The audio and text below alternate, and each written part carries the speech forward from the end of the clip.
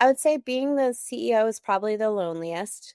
Mm, But I would say the person who usually has to try to help that person is the second in command. So that's right yeah, up there for sure. yeah. And then, Well, and I try not to call it like, because people call it so many different things. It might be your EA, it might be your integrator, yeah, it might yeah, be your ops manager, whatever it is, whoever it is that's like, the next in command for your company, like that person usually doesn't have a ton of support because they're like supporting above them and below them if you look at right. like a chart kind of thing. So I yeah, I feel like there's a lot of room for maybe not as much loneliness because they're usually in everything, but definitely in support.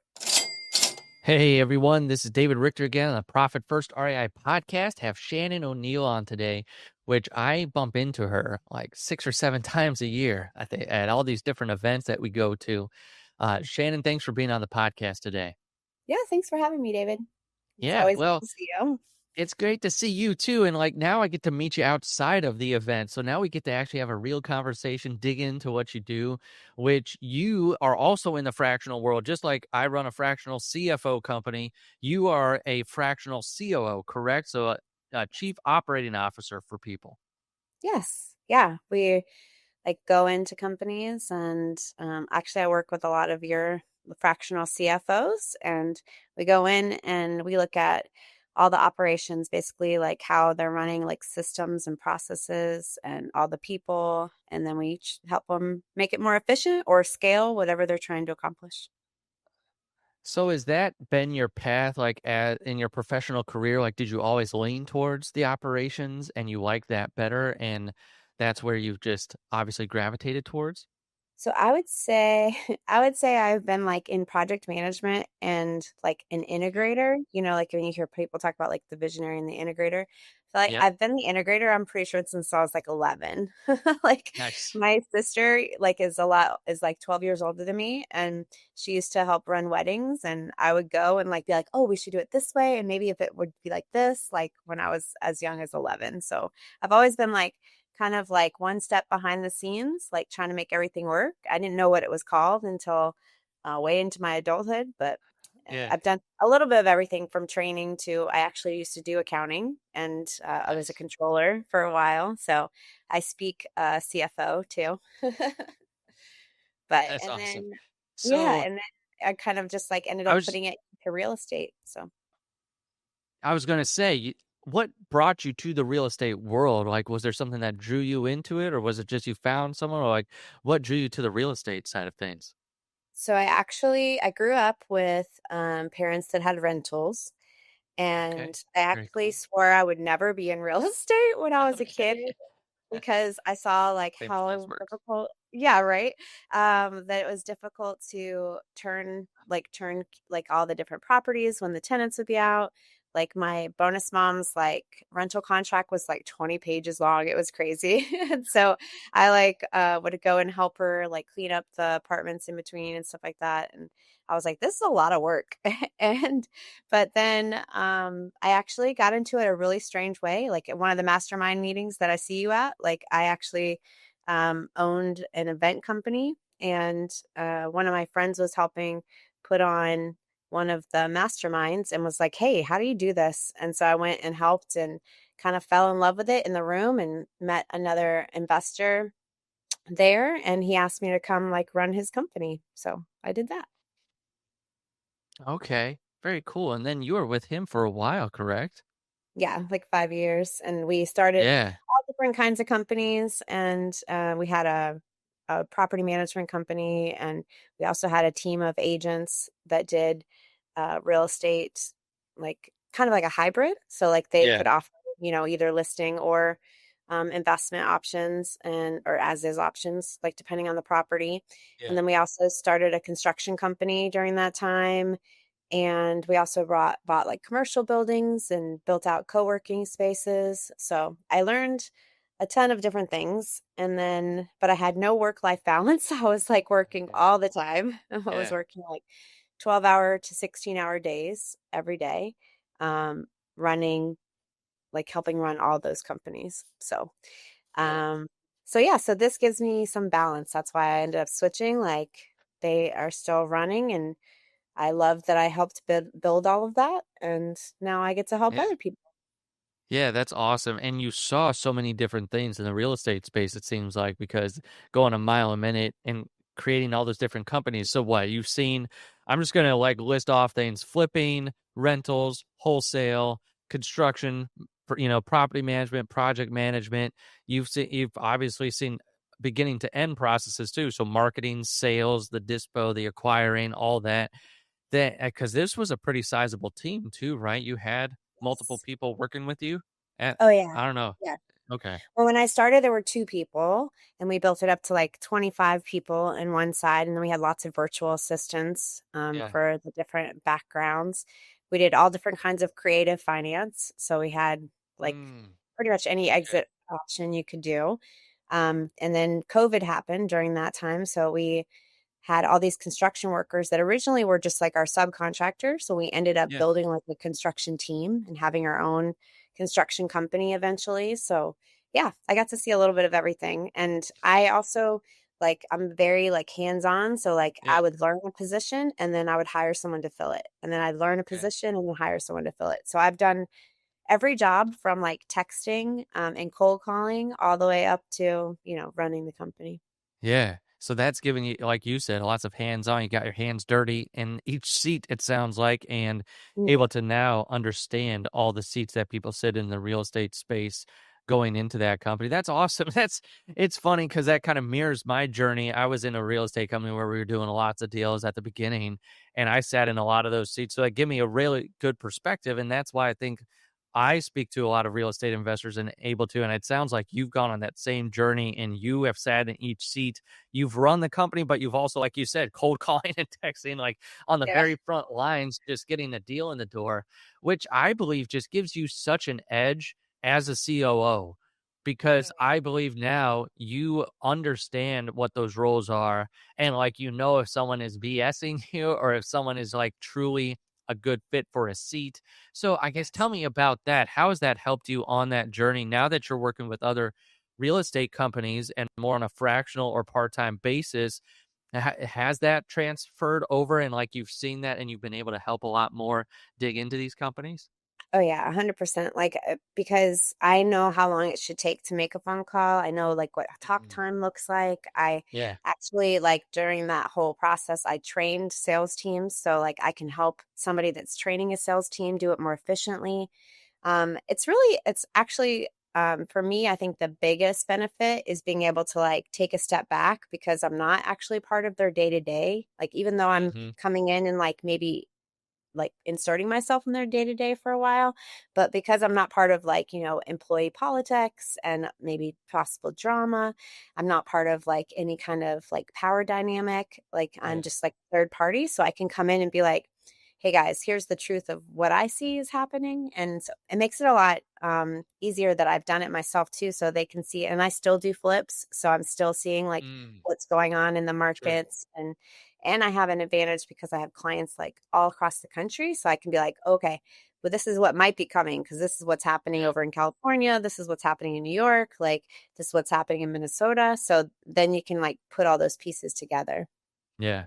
You've got a much more objective view than subjective being in these companies because it sounds like too, you're not as tied emotionally to Right. what has gone on or what is going on. Now, of course, you care about your clients and you dig in with them, but it's more of the, well, no, this is what I'm seeing. And I just have to tell you what it is in black and white. Like you said, versus skirting all the politics or the power dynamics or things that have built up. It's like, well, why are you doing it this way? Well, I don't know. We've always done it that way. Yeah, Like, well, exactly. this doesn't work. So we got to do something different here. So, and I like that a lot. And especially your experience coming into this realm, you have such a great background in it. And then being able to go through that company and see from 2 employees to 25 plus virtual assistants. It's like you've seen also scale happen.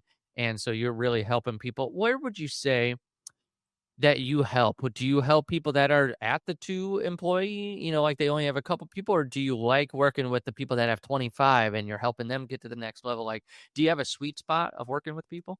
So I have clients that have both. Like I have like one man bands, and then I have ones that have been, in business for 10 plus years and they just are trying to get to the next level. So really Yeah. anybody, I think my ideal client is like somebody that's ready for a change, like willing, like and open to feedback and that knows where they want to go. But also like it's always good to know where you are too. So like they're willing to like put in the work to figure out exactly where they are, where they want to go, and then I can help them figure out how to get there.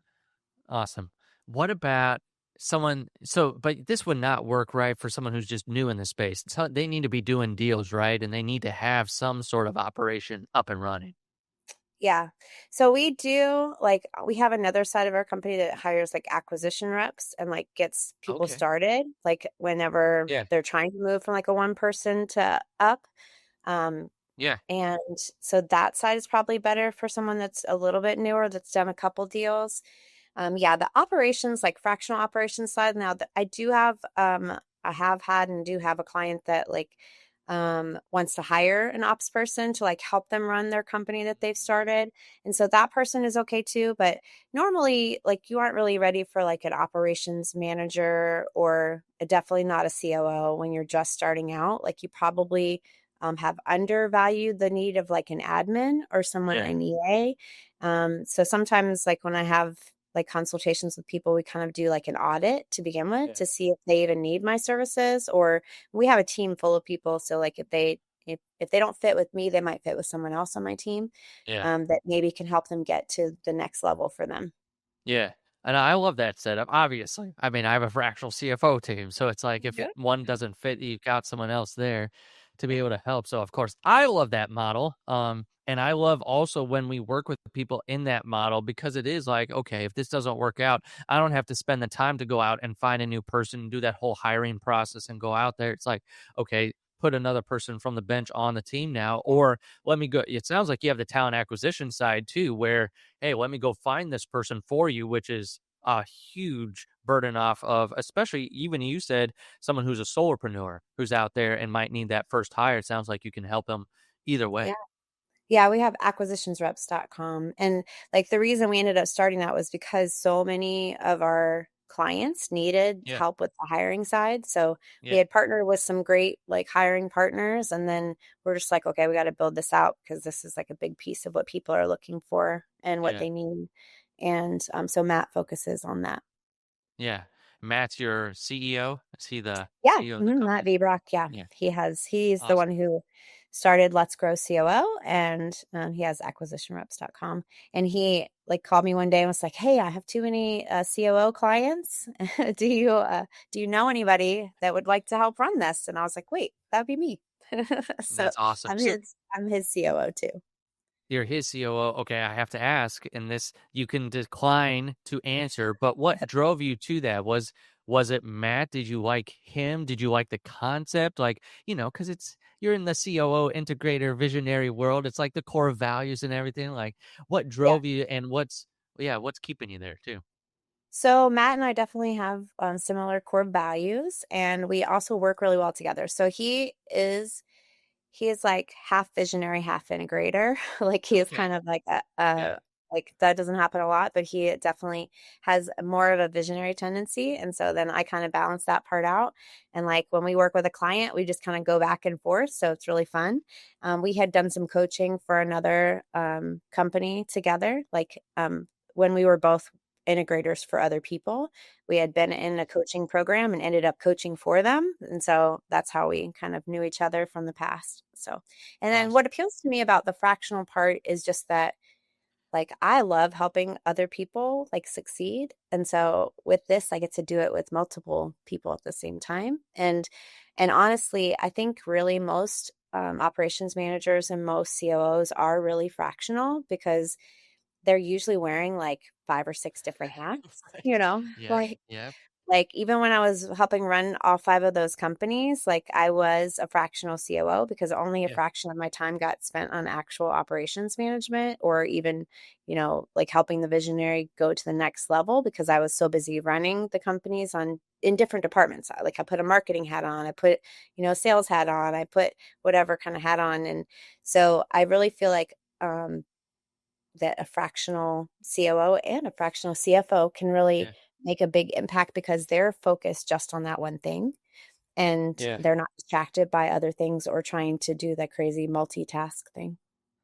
That is such good insight, and especially if you're listening to this, you're probably a fractional everything in your business. You're a fractional CEO, you're the fractional COO, you're the fractional bookkeeper, you're the fractional admin, you're the fractional acquisition specialist. Like, fractional just means you put a portion of your time and your focus on it. Where if you hire Shannon, she gets to put her whole focus on this one area, the COO, the operations, and if you hire a CFO, obviously it's the financial end and making sure. So I really like what you said there.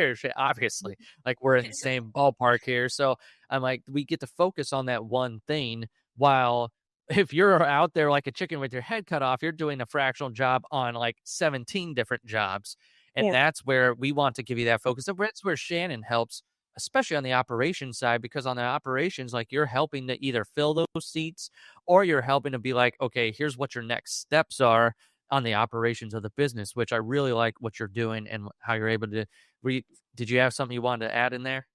No, I was going to say, yeah, exactly what you said. Like, I think that I see that so much, like where a CEO is like, just wants to be focused on working on the business. And the majority of Yeah. them are still employees for their company. Like, then, they're doing either one role or multiple roles, or they're taking they're like usually stressed out because Yeah. they have too many things to do and not enough time. And they're not even doing a fractional part of what they should be. Right, that word keeps popping up here. It's like their mantra here or something, or like tagged on to what our title is. But that's I really like that concept and where you're coming from and how we help the owners and how you help the owners on that operation side. They read the e-myth, right? And then they hear like, oh, I need to work on the business, but then they never really work themselves out of it. What would you say when you come in is one of the most impactful things that helps them to start thinking more about the overarching, like, on the business versus just putting their nose to the grindstone every day? One of the first things we do is like a time study where we look and see like what they're actually spending their day on. Like Yeah. most people don't even realize like how much time they're giving to different things. And so that's probably the first thing that I see is like that Yeah. they think they're spending their whole day like doing XYZ. And then when they look at it, they're like, what am I doing all day? So Yeah. that's usually Okay, the let me most jump in impactful. there. Yeah. Let me jump in there before you keep going because I've had someone do that to me. I say do that to me where It's because awful. it It was can be it awful. was it can be because I literally wrote down I did it for 2 different times for 2 reasons. One was for business, and I'm like, "Oh my gosh," like, just going through my whole day, what am I actually doing? And it included, like, did I go on Facebook and just start scrolling? It was like he made me write down every single thing, like, and like 15-minute time blocks, and for like 2 weeks. And then I came back and had to show him, and like, oh my gosh, like if I did this all the time, I would never waste any time because I'm showing someone. But second, I did it for like a spiritual reason too. Like, what was I doing outside of work? And like all the things that I was filling up and seeing what was really the clutter. And oh my gosh, Shannon, that is so eye opening. So I just want to like put this as we need to put this as like a piece of the podcast here where if you are wondering why you're so burnt out and what's going on when just track your time. It's crazy, right, Shannon? If they track their money, they usually end up knowing where it's going. Like Yep. we see that a lot. If they track, if you're doing a fitness program, right? If you have the My Fitness Pal, I hate that freaking app. But it like if you put in every single thing that you eat throughout the day, it's crazy how you do better. Like, and you are now even accountable to yourself. So if you track your time, like Shannon saying, like, where is all the time being spent? You will do better with your time, and that's the most precious resource we have. Man, I usually don't like talking this much on my own podcast. I'm sorry, Shannon, but this was so good. That was such a good tip, and I had such a personal experience with that where I'm like, oh my gosh, this was crazy. So I love that you said that was the number one. Did you have anything else to add? Because I cut you off. Oh no, you're fine. That's it is sometimes painful because like it's kind of like holding up a mirror too. And like, that's Yes. usually when you have like the best discoveries, but also it's sometimes painful. So Yep. it's usually like the thing that is hardest to get people to do consistently because they're like they realize while they're doing it that maybe they aren't spending their time the best way. But Oh the shoot, I other have to piece write this is, down. yeah, exactly. Or like, and I started like I, there's like an answer for every rebuttal. So like, if they don't want to write it down, then they can record it. They can like make a Right. thing and like have it transcribed and whatever. So, but yeah, it's usually pretty eye-opening. And then the other thing is that I normally offer like permission. Like that's what they, I feel like most of them say later is that like, oh, you Mm, gave me permission to actually focus on making my business better. And yeah. so like just like that, like most of them know, like we all pretty much know, like, here, I need to do this step, then I need to work on this. And then but the problem is like actually like making the time to focus on it. And so that's part of the commitment they make with me is like, okay, we're going to commit time to actually work on the business. Okay. So two big things. Number one is tracking your time. And that's a huge tip. Like you if you want to hire Shannon and work with her, that's going to be one of the first things she's going to have you do anyway. So you might as well get a head start. And such a good exercise. You would come in prepared. Honestly, though, it will be a mirror. So just be prepared for that. But same thing with your money. Like when we go in there and look at your dollar bills, it's like that's just a mirror too. And it's like it's fine. We know things are screwed up. That's why you're coming to us. So like don't feel ashamed. Like we're here to help. So I love that you're doing that with time because it's like the money and the time, right? That's all that entrepreneurs are usually worried about. So that's number one. And then number two, getting Those these are wait, really, can I oh, yeah, pause go you ahead. there? Like Yeah. that's Yeah. literally Please the do. thing that most people talk about, right? Is like their whole goal in having this business is either money Yeah. freedom or time freedom or both, and usually both. Yep. So like, yeah, money and time. Well, and Shannon gave you a clue earlier that we're working with some of the same clients. So, like, Mhm. people hire fractional COOs and CFOs because they want more time and money. So, do you see the big clue here? Like, Shannon will help you buy back your time, will help you have the money to be able to buy back your time. So, it's like, where is that money? And where's it going? And then Shannon's going to whip you into shape to make sure, like, where do we want to spend this money? What will give us the biggest increase or the biggest return? Or how do I not do this stuff? Because you said number two is permission, like permission to either fulfill things. I'm sure there's permission on every level.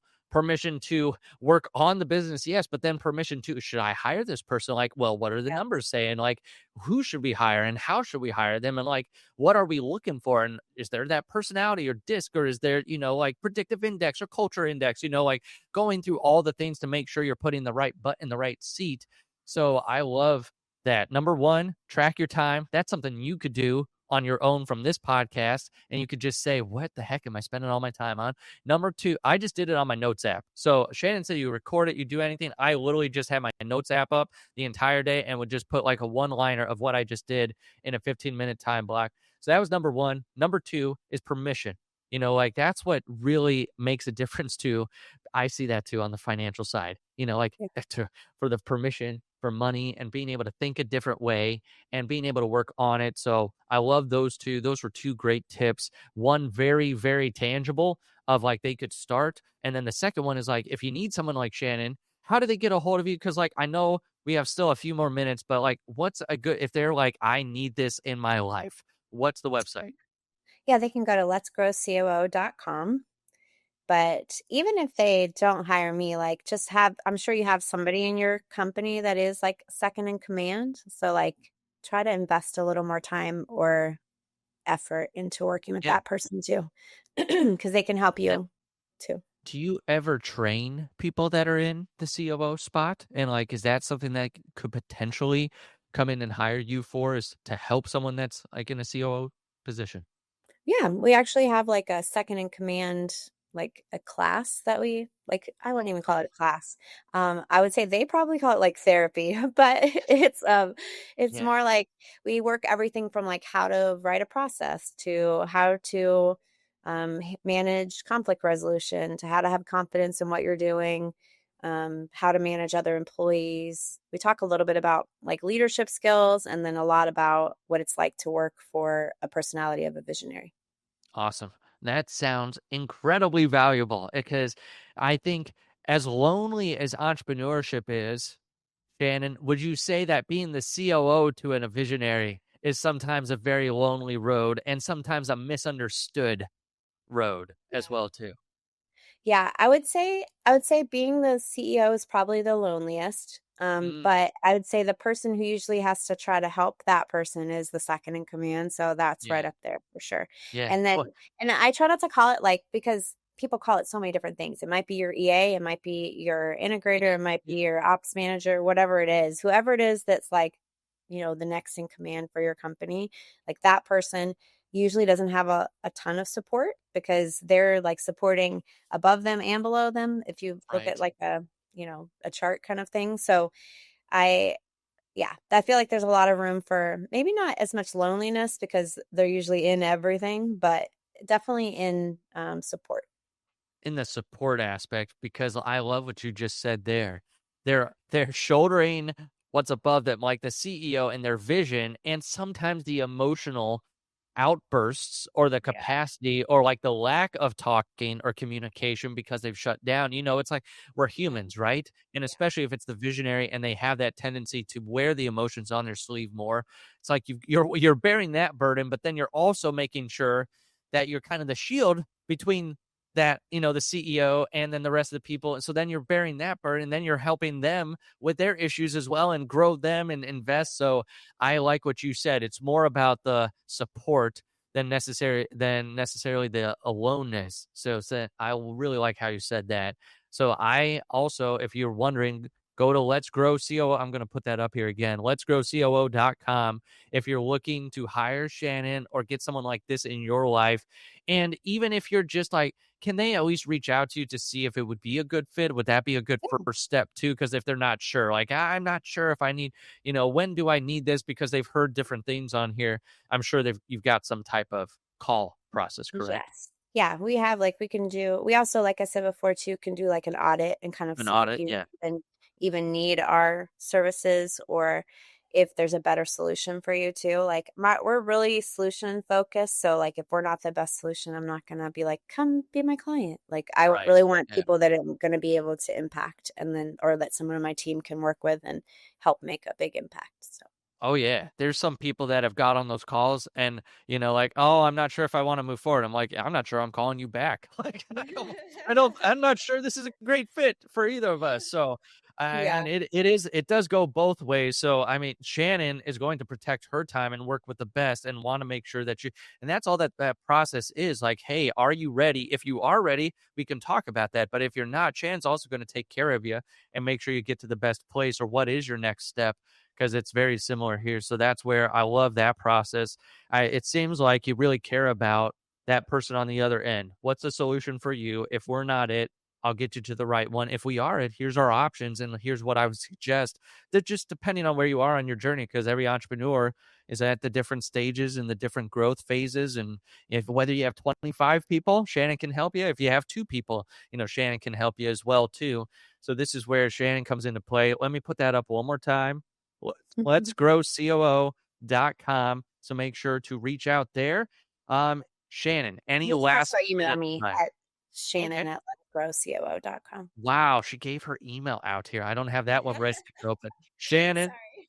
at Let's Grow COO. Oh no, that's totally fine. That's up to you if you want to give it out. So Shannon at Let's Grow COO.com. That's pretty simple there. That's her name right on the screen. If you're on YouTube, if you're not, it's SHANNON.